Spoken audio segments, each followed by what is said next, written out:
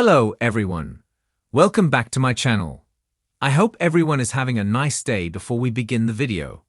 Please subscribe and give the video a thumbs up. Things were quite what they seemed in the courtroom during Michael and Willow's custody battle on General Hospital.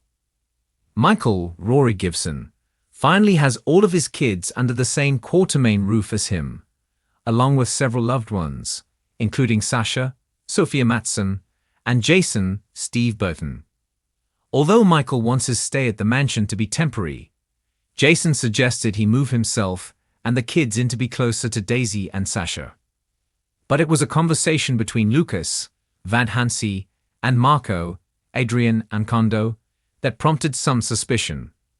When the subject of Michael's custody came up, the lawyer in Marco noted that it was unusual for a judge not to grant visitation to the mother.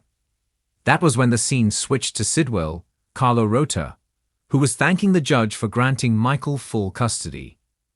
Sidwell recently formed a connection with Drew, Cameron Matheson. But could that all be an act? Or perhaps he ensured Michael's custody in order to get on Sonny's, Maurice Bernard, good side, who is still suspicious of the Port Charles newcomer. Meanwhile, at everyone's favorite axe-throwing spot, Lucas and Marco talked about more than just Michael. As Pride Month continues, the blossoming couple discussed their individual histories coming out and their parents' acceptance. Lucas revealed that both of his parents, even the mobster, was accepting of him, while Marco noted that his father, Sidwell, has always been accepting, while his mother, Natalia Eva LaRue, refuses to accept who he is. Port Charles was rocked to its core on June 19 when Michael Corinthos walked out of the courtroom holding full custody of Wiley, an outcome few expected given the intense battle brewing behind closed doors for weeks. While the courtroom scene may have seemed like just another legal twist in the ongoing family saga, what happened behind the scenes tells a story far more twisted, far more explosive, and deeply personal. Because while Michael may have stood tall before the judge and made his case with calm and composure, someone else was pulling the strings from the shadows. Someone who had the power to manipulate legal channels, unearth old secrets, and tip the scales in Michael's favor, not out of love, not out of loyalty, but out of revenge. You won't believe who was behind Michael's full custody verdict. And once the truth comes out, the fallout will change everything for the Corinthos family. It all started quietly, with a phone call placed 2 weeks before the hearing. Michael had been worried. His legal team warned him that Nina Reeves and her lawyers had dug up enough to paint him as a biased parent weaponizing his child against his grandmother. They argued that Nina, despite her past mistakes, had a constitutional right to maintain a relationship with her grandson. On paper, they had a case. Nina's recent good behavior, her charitable donations, her public apology tour, she was making herself look like a model citizen.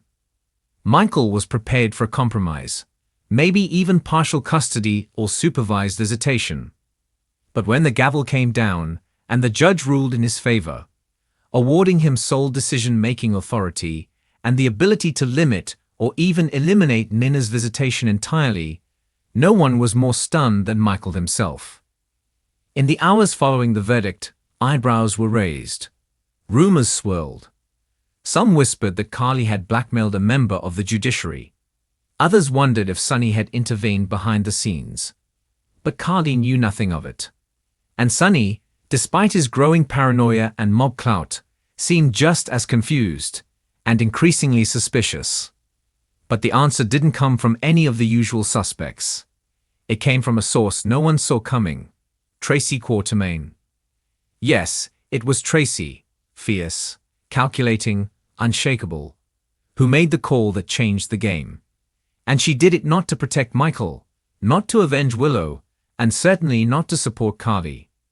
Tracy did it to bury Nina. Why? Because Nina made the mistake of crossing lines in the business world that touched ELQ. According to leaked documents in the coming episodes, Nina recently attempted to buy controlling shares in a media company with indirect ties to the Quartermain family's legacy. Worse, She allegedly tried to have Crimson restructured into a separate foundation, which would have reduced ELQ's stake in the magazine. When Tracy caught wind of it, she smiled, nodded politely, and then went to war. Tracy used her considerable influence to locate a sealed file from decades ago involving Nina's late father. The details haven't been fully revealed yet, but insiders say the file contains evidence linking the Reeves family to a financial scandal that nearly brought down an East Coast hospital group in the 1990s. That scandal was hushed by powerful allies of the WSB at the time, but enough of the evidence survived. Tracy paid handsomely for access, and once she had it, she made a call to a federal ethics consultant who just happened to be advising the judge on the Corinthos custody case. The rest?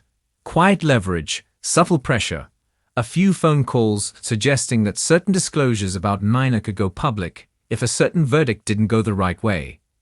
The judge, fearing a legal and media storm, ruled swiftly.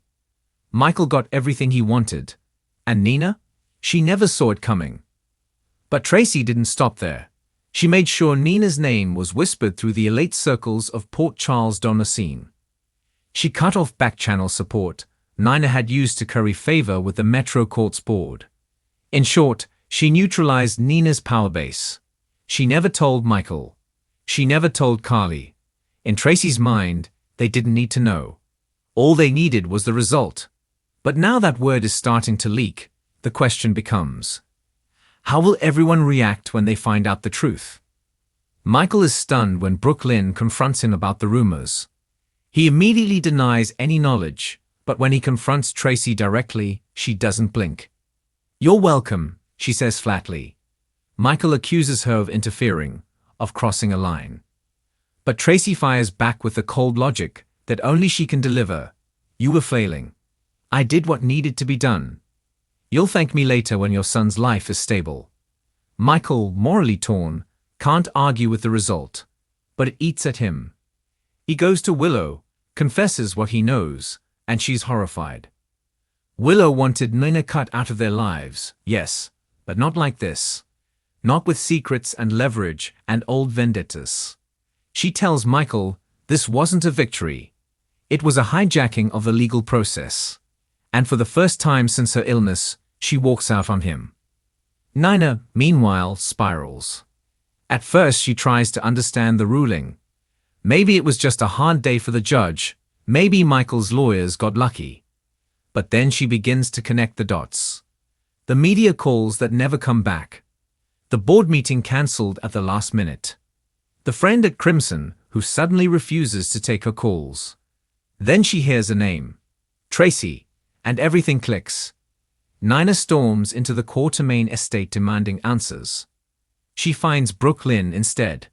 The two clash in a verbal firestorm so intense it nearly turns physical. Brooke Lynn tells Nina to take her loss and walk away.